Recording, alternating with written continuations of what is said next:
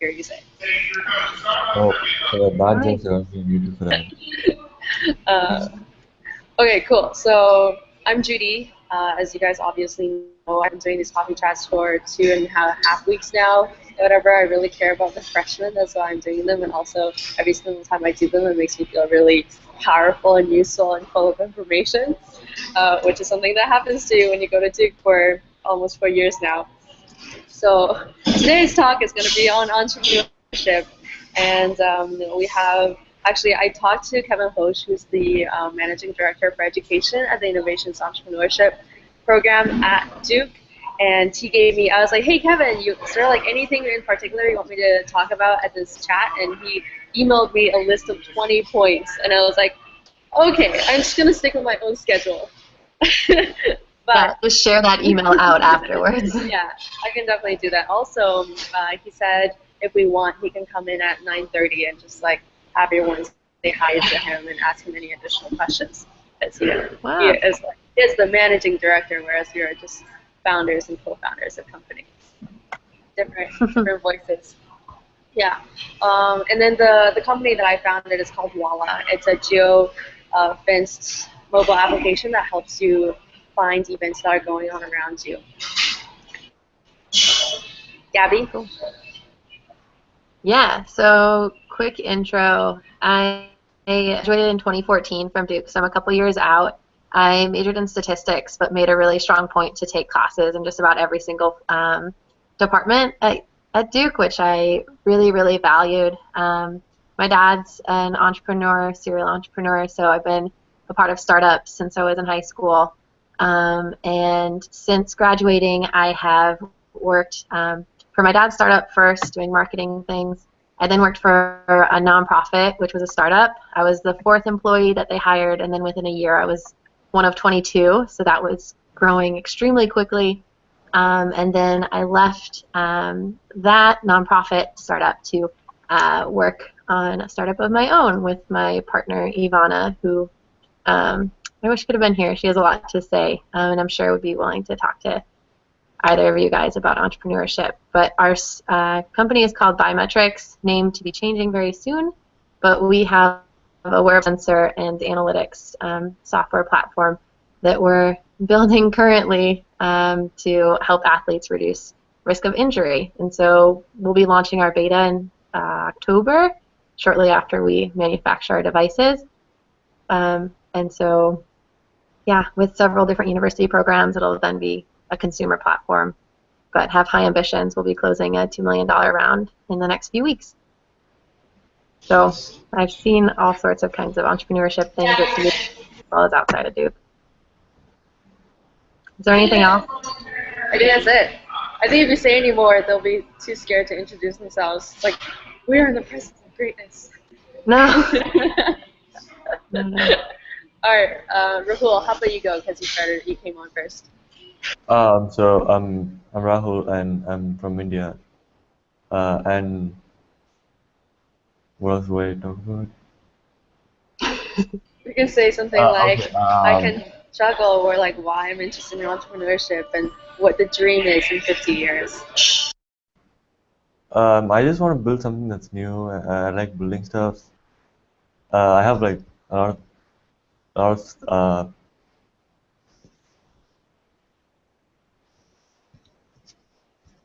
is everyone not talking, or is this new noise? We're listening. Okay, great. So I have no idea what to say. Do you plan on going into entrepreneurship at Duke, and what do you like to build? Okay. I like to build computer programs. I've been teaching myself to code for the past 6 months. Cool. I also like to build cool projects with Arduino boards. So they're little computers that allow you to build whatever you want.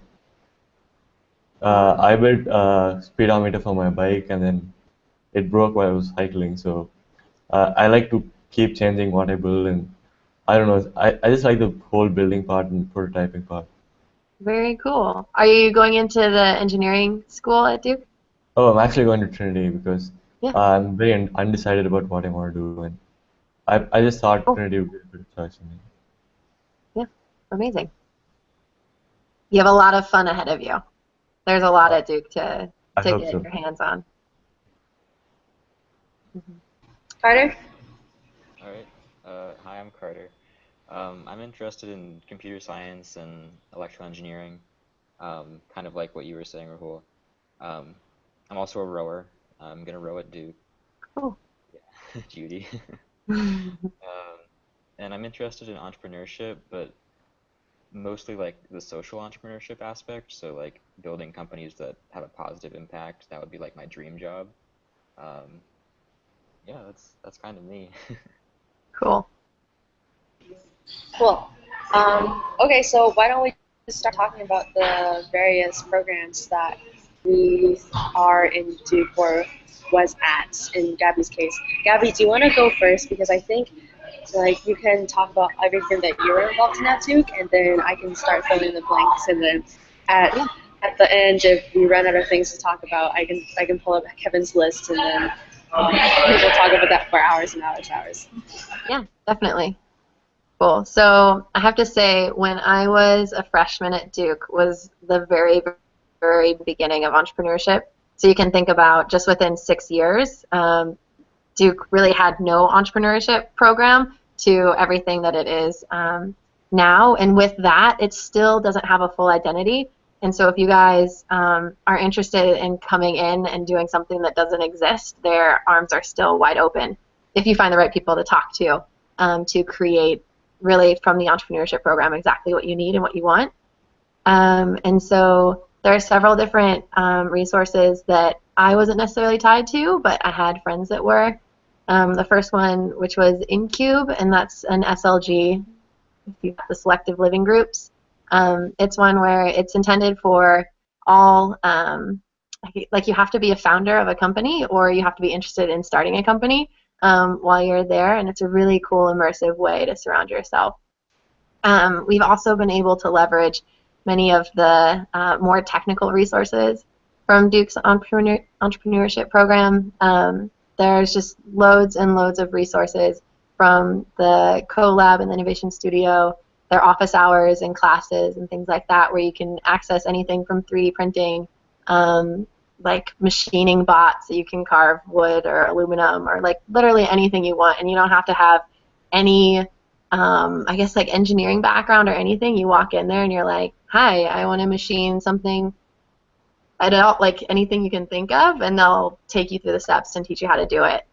So it's pretty incredible. On the other side, less mechanical and more we also had great help from the co-lab, and they have like their office hours where they'll teach you if you have a specific project that you want to work on. They helped us with our prototypes. Ivana, my co-founder, was a mechanical engineer and didn't have any electrical background at all, and through that resource basically learned how to build our product. And then lastly, I'd say something that I was a part of more tangentially was the social entrepreneurship piece, and that was tied really closely through the public policy department. There are several amazing, amazing professors in the public policy school that I guess have somewhat fed the social entrepreneurship space. And so I really lived in it while it was still in the public policy school before it sort of ported over. And it's especially within that space, it's all about its connections with the professors and their connections with the local community and getting as closely in touch with the real people that you can actually be creating an impact with. Because I know that there are creating classes and there's several different ways that you can study social entrepreneurship. And I mean, if that's what you're interested in more of like a social sciences kind of approach, you can do that. But there are loads of resources in order to actually get involved and become a part of the social entrepreneurship scene that's connected to Duke. That's all I can say. Cool. Do you guys have any questions about anything that Gabby just said? Also, Raj, you'll get your 30 seconds of fame. I saw that you came on a little bit later. Hi. All right, I'm going to take that silence as a no. Also, Carter, your mic is a little bit softer, so you might have to use your manly hulking, yelling voice sometimes? I don't like to yell though. Okay, actually, that is better. If you just like put your microphone close to your mouth, that's fine. Okay, cool. Okay, awesome. So, Raj, how about you do your 30 seconds of intro, who you are, which is Raj, of course, Google Hangouts told me that, but also why you're interested in entrepreneurship and what the dream is in 15 years.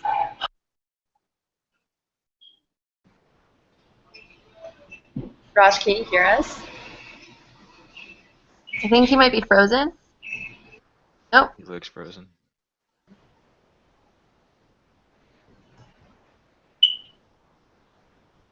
Raj? Wait, are you talking to me or? Yes, Yeah. yes, we've been Oh, that's talking to right. you for the past 15 seconds. I'm Pranav. My bad. So, all right, Wait. who are you? Why are you interested in entrepreneurship, Oh, and yeah, sure. what the dream is in 50 years? Sure. So my name is Pranav Warman. I guess I'm part of the Trinity class of 2020. I guess I'm kind of interested in entrepreneurship and the idea of a startup in general. Just because I guess it's kind of interested in the idea of being your own boss and motivating yourself through your own projects and the like. So the idea of like being a startup is something that motivates me. And yeah. And what is the dream in 50 years? I guess have maybe some type of enterprise that has several like small consolidated corporations underneath it that are each pursuing different fields in science, or on the forefront of technology and the like kind of thing. I guess it's kind of everyone's dream, right, to be some type of leader in their field. Cool. Yeah, there's nothing wrong with that. Like, dream big. All right, Anisu, is that how you say your name? Anisu? Yeah. All right. So 30 seconds of fame, your name, why you're interested in entrepreneurship, and what the dream is in 50 years. Okay. Well, my name is Anesu, and I'm interested because me and some fellow students, we've decided to make a startup, making apps and video games for Android and iOS. So I thought it'd be a good opportunity to come here and just ask what kind of things Duke does to support like startups and stuff like that. In 50 years, I don't really know. I haven't really thought that far ahead yet. Okay, that's what Duke is for. I mean, if you had all the answers to all the questions, then I would say that you should drop out of Duke right now and apply to be a Teal Fellow. I was in a class my senior year where it was like you needed to make a 5-year plan, and that was really tough for me. So 50 years is, whew. Yeah. So for Raj and for Anisu, Gabby is our guest speaker for today, or guest coffee drinker for today. She is the co-founder of BioMetrix, which is a wearable sensor that detects injury before it happens in high-performance athletes. So you guys can ask her questions at the end, but because we're like halfway through this coffee chat now, I'm just going to keep going with everything that we've talked about. So Gabby talked about the Innovation Collab and the Cube, which are both like superb. If you guys have any questions about that, email me afterwards or direct message me afterwards. I'm going to talk about the things that I am involved in outside of that, because the Innovation Collab and the Cube are only two of so many resources that are available at Duke for entrepreneurs, and even for like coders who just want to work for a startup instead of like founders who want to start their own company. You know, basically, if you're interested in that kind of scene, we have every single platform that you would ever need to succeed in that scene. So the first thing that I want to talk about is the Innovations and Entrepreneurship Certificate, which is a certificate program that you can take as part of your degree at Duke, and it'll actually show up on your transcript that you took. You have the certificate. I think a certificate, Gabby, correct me if I'm wrong, but I think a certificate is actually more than a minor. So it's like a minor and then a certificate and then a major. Is that correct? Yeah, it's halfway between, typically 7 classes instead of 5 and 10. Yeah. So if you look on ACES, you don't have to do this now, because like as a freshman, you should just explore as many things as you can. But if you still find yourself like very curious about innovations and entrepreneurship, I would highly encourage you to go on ACES in your free time and just check the I and E. I think the course load is just like IE, and like they offer a lot of courses based on like how to design a product that customers would love and how to market a product that customers would want to buy, etc., etc. I personally did not do the INE certificate, and I'm still fine. Gabby also did not do the INE certificate, and neither did Eva, her co-founder for BioMetrix. So it's not necessary, but it does give you a very good knowledge base of what you should do and where you should start. The next thing. What's that? Can I throw in one tidbit on the Yeah. program?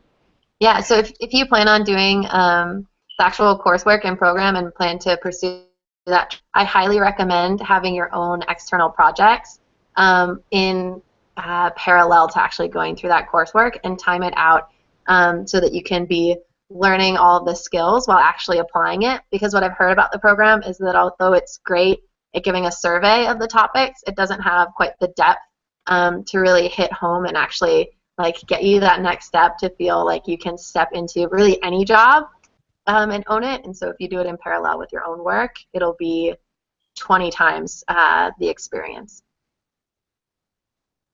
Cool. What Gabby said, I second her. So the next thing I want to talk about is something that's very near and dear to my heart, and I love talking about this program because they are, I think, out of all the support that I've ever gotten in my journey to start a company, Melissa and Doug are probably two of the most powerful and yet humble and caring people that I have ever met and that have supported me through my company. So Melissa and Doug, if you guys think that their name sounds familiar, it's because they started a toy company a few decades ago. And they have done extremely well for themselves, and they started a program a few years ago at Duke called the Melissa and Doug Entrepreneurship Program. You can Google this, or you can find it on the INU website. And basically, they find about 10 entrepreneurs every single year from Duke who have their own ventures already, or who have an idea of starting their own ventures, and they give them $5,000 to allow them to pursue their ventures full-time during the summer. And then if you're successful and if you do well in your summer and you have a product that you can showcase, they'll actually fly you up to their house in Connecticut to showcase it at their house, and they'll invite all their Duke alum friends, all your mentors that you get assigned through the program will also be flown in for free. And you basically just go on stage and you say, like, through Melissa and Doug, I was able to create this amazing product that now has benefited like thousands of people and is going to change the lives of millions in a couple of years. So, like, really strong advocate for that. And also there is some status associated with that program because it is hard to get into, and you get a lot of respect and connections as a Melissa and Doug entrepreneur. All right, moving on. So every single year, Duke has a startup networking fair. So these are startups that are in the Durham area. By the way, fun fact, guys, Durham is known as the Silicon Valley of the South because there are so many opportunities and resources for you in this town. When you come here, you realize how hipster this town is. Like, everything's organic, and there are like independent restaurants at every corner, and the food is really good. But also, the scene fosters a really strong entrepreneurship program. So, actually, Gabby, do you want to say a few words about Durham in general? Yeah. So we actually work out of the American Underground, which is probably the start of Durham's entrepreneurial sort of growth. It's a Google tech partner as well, and so it's really the heart of the startup life. And you should definitely check it out. Like, one of the first things that you should do when you come to Durham is go to the American Underground and get a tour. There's all sorts of companies, largely tech, and then also a parallel and social entrepreneurship as well. It's got a really great double stay, and there's a lot of smaller companies in one building, and then they have another place where they have the larger sort of companies like Bronto and Dropbox, some of the larger names that you've probably heard of. And many of them are connected to the university and are looking for interns during the school year as well as during the summer. And so that's a great place if you're looking to stay in Durham for the summer, that you can get connected and turn that into an internship throughout the school year. Yeah, that was a million times better than what I could have explained the startup fair to be.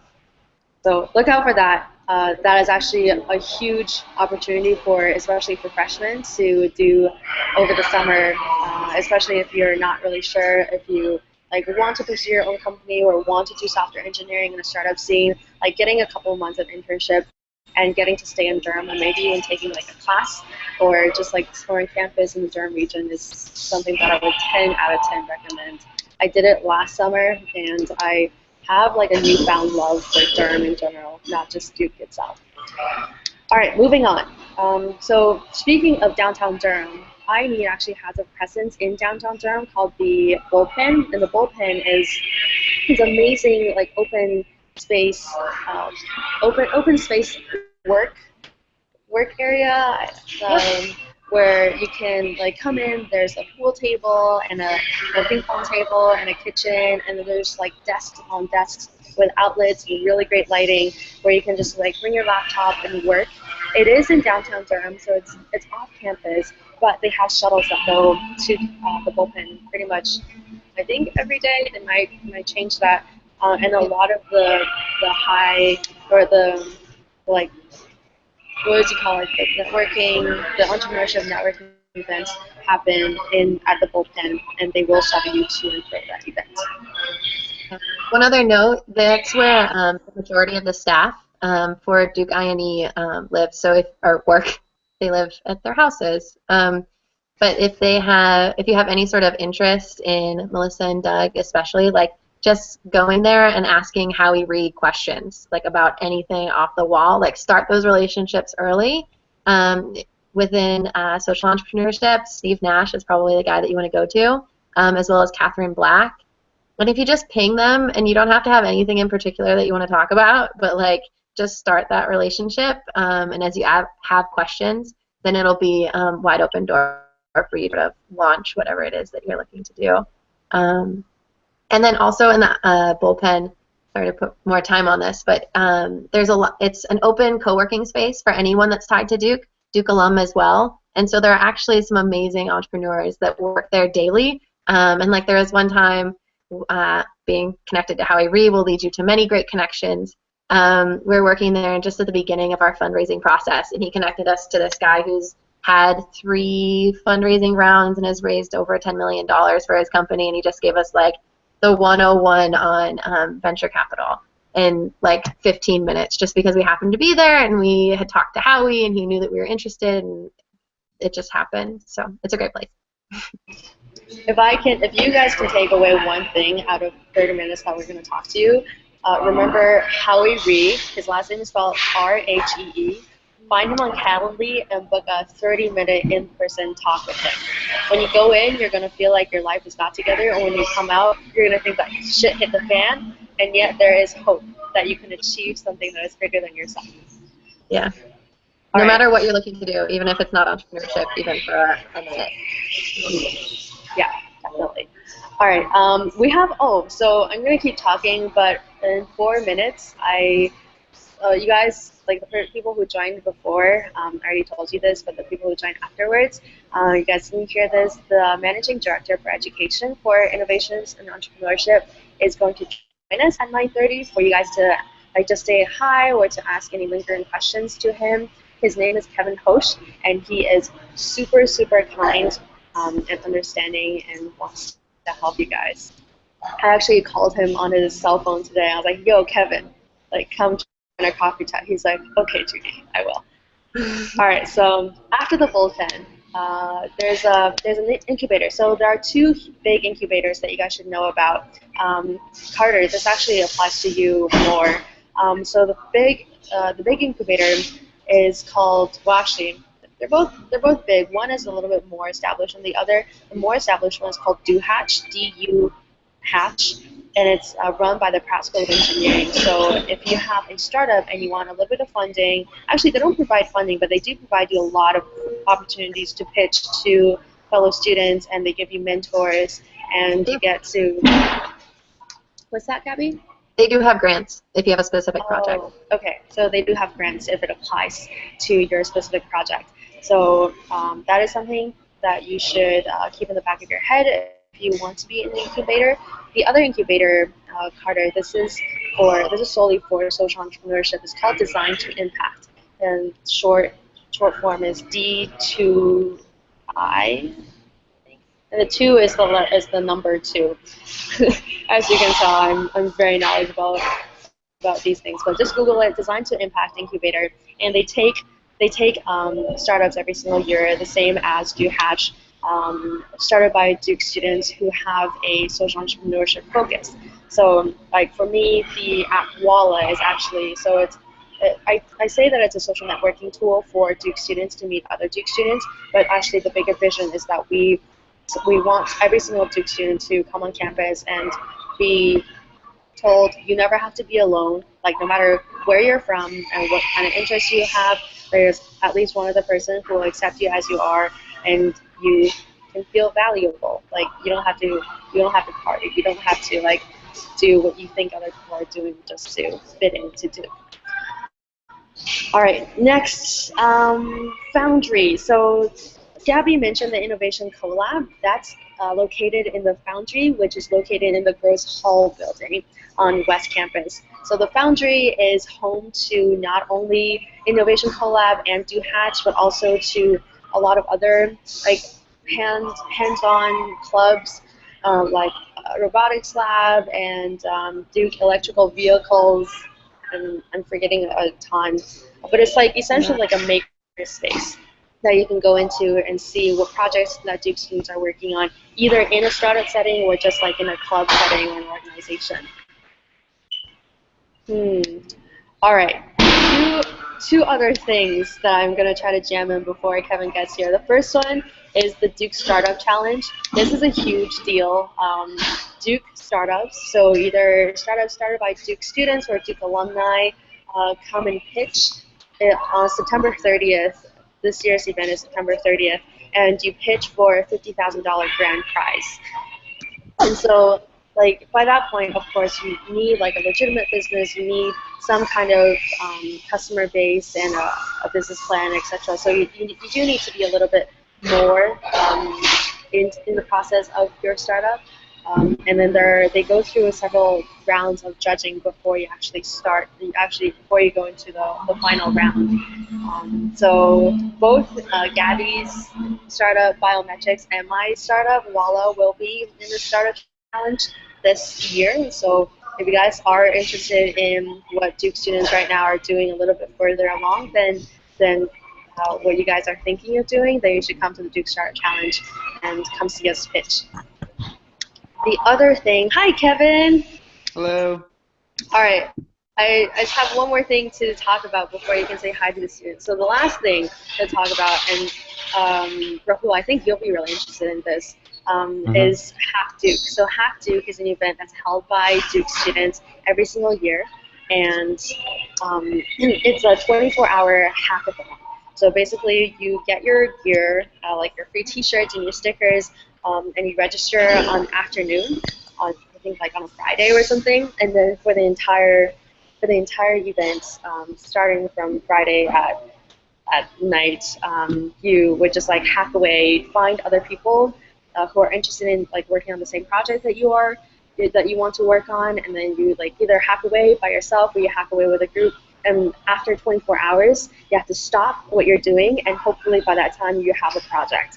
And then they have a showcase at the very end of the Hack Duke to see like what kind of Duke students made what kind of projects, and then there are awards that you can get. So Hack Duke is a really good opportunity for you to hack away with other fellow Duke students, but it's also a good opportunity for you to attend different workshops for like either like design, like how to design for Delight, or how to code in Swift, like a crash course to code in Swift or code in Java, whatever. Basically, like anything that you can think of that's programming related, they'll probably have a workshop. in it. And if you don't find a workshop, you can find at least one other person in that huge CMOS building filled with like sleep-deprived people and lots of computers and Red Bull and donuts who can like help you find a bug in your code. So a really good opportunity for coders out there to make something in 24 hours. All right, I have talked for a very long time now, so let me introduce Kevin to you guys. Kevin is the Managing Director of Education for Innovations and Entrepreneurship. We actually spent a lovely summer together in San Francisco because I was in the Duke and Silicon Valley program.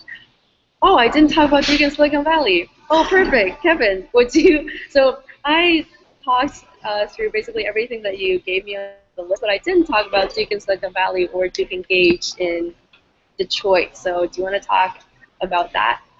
Yeah, thanks.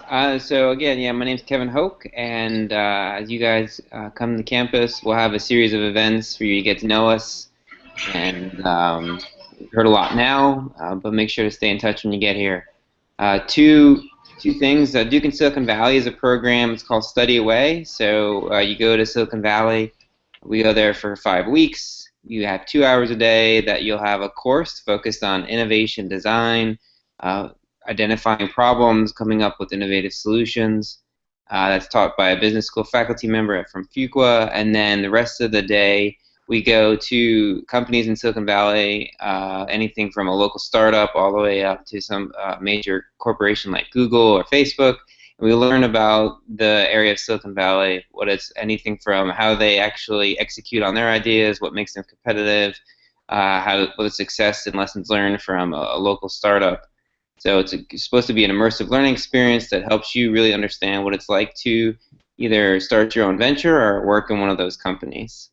The other program is Duke Engage Detroit, and that's from in the Duke Engage program, and it's a civically focused immersive experience where you spend the summer in Detroit, and it's part of our initiative, so it has a focus on innovation, entrepreneurship, where you're placed in local social entrepreneurial ventures that are focused on helping Detroit in all the areas of need that it has. So you'll spend your time doing work in the community as well as close to internships and social ventures. Cool. So I'm happy to answer any questions or be here and just chime in as needed. So I'm just here for you guys, and let me know what questions you have or what you need.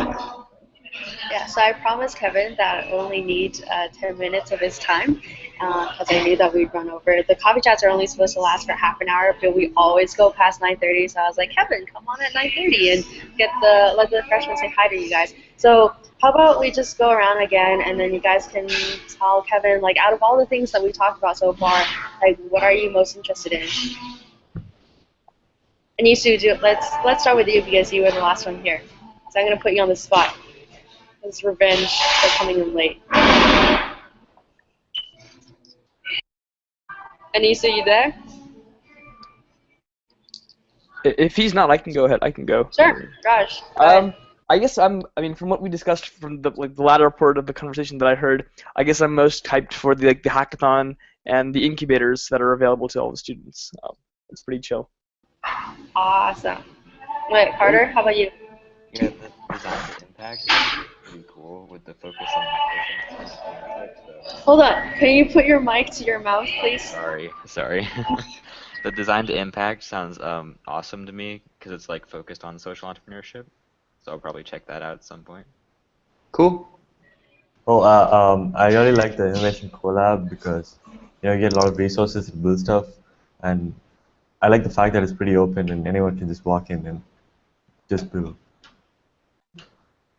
Great, and they're just completing a renovation, so it'll be cool to see it all complete. A brand new space for you guys. Awesome, guys. Okay, so we're at 9:37. If you guys have any lingering last questions to ask me or Gabby or Kevin or even your fellow coffee chatters, this is your chance. We're gonna stay open for like the next 3 minutes if you guys have anything to say. Ironically, this is the first time I'm in a coffee shop for these coffee chats. Anything, Raj? You look like you Yeah. have something to say. Did VC funding come up earlier in the conversation, or can someone kind of like expand upon it? Like how available is VC funding? So I know you guys mentioned you guys have access to incubators and accelerators and the like, but how often do you get approaches from VC, or would the only possibility be like exploring through places like Y Combinator and the like? Yeah, I can speak to that a little bit. Great. Thank you. Yeah, so there are a lot of grants from Duke in the different sort of programs, even outside of just Duke I&E, but even like the Smart Home does grants as well, small things like $500 to get the materials you need or just really to get you off the ground. There's then like ways that you can scale up and step up in funding to get a couple $1,000s, or like the Duke Startup Challenge is, and Melissa and Doug, that's like $5,000, or the challenge is $50,000.